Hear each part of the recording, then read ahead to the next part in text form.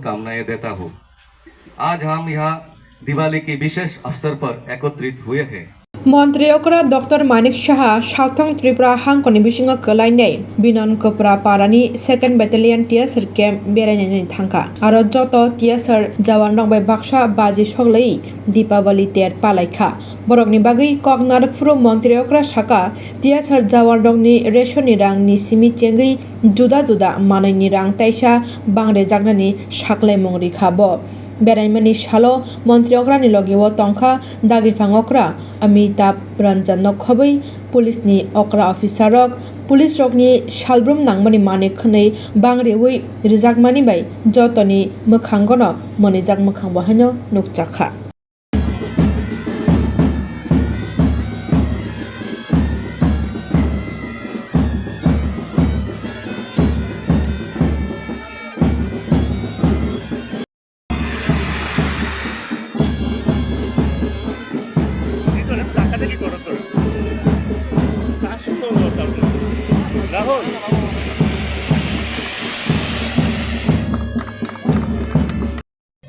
আমি হার্দিক অভিনন্দন ও শুভেচ্ছা জানাচ্ছি। আমি সত্যিই আনন্দিত আজকে এখানে আপনাদের এই 2nd ব্যাটালিয়নের এখানে এসে আমাদের সবাই মিলে দীপাবলি উৎসব উদযাপন করতে পারছি এবং আমরা সবাই জানি যে অশুভ অন্ধকার থেকে যে আমরা জীবনকে আলোকিত করার এই উৎসব এবং আমি যখন হিন্দি বলেছিলাম পড়াশোনার সময় সেখানে বলা হতো ছোটা দিওয়ালি আজকে আগামী দিন বড় দিওয়ালি হবে আমাদের কাছে সব দিওয়ালি মনে হয় যে একই রকম আমরা জানি যে ত্রিপুরাবাসী 1984 সালের 12 মার্চ টিএসআর এর যাত্রা শুরু হয় তারপর থেকে ত্রিপুরাতে কিন্তু একটা বিশ্বাস এবং নিরাপত্তার যে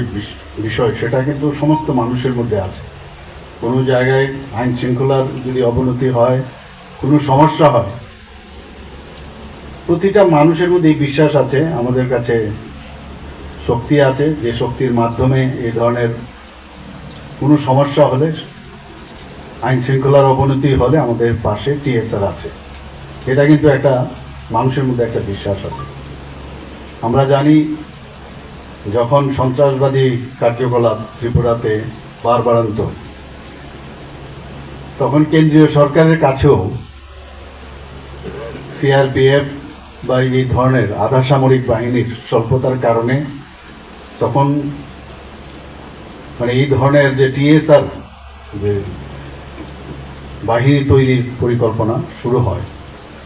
এবং আমার মনে আছে আমি প্রায় 17 বছর আমি বিএসএফে আইজি হেডকোয়ার্টারে আমি ছিলাম ডাক্তারির কারণে আমি সেখানে যেতাম সপ্তাহে একদিন তো সেখানেও অনেক কমান্ডেন্টরা ছিল তারা বলতো যে আমরা ডেপুটেশনে টিএসআর এর ওখানে যাচ্ছি এবং অর্থাৎ টিএসআর এর যে ট্রেনিং সেটা কিন্তু প্যারামেডিক্যাল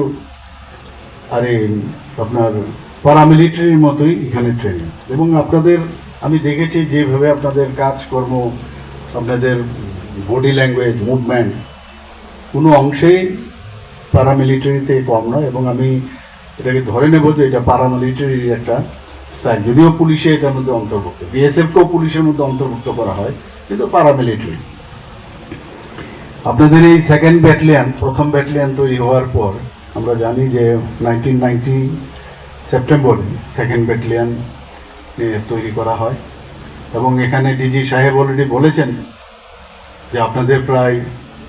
এই দেশের জন্য 16 জনের মতো এই 2nd ব্যাটালিয়নের প্রাণ উৎসর্গ করেছেন আবার অন্যদিকে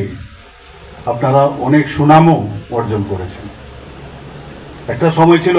আমরা যখন ইয়াং তখন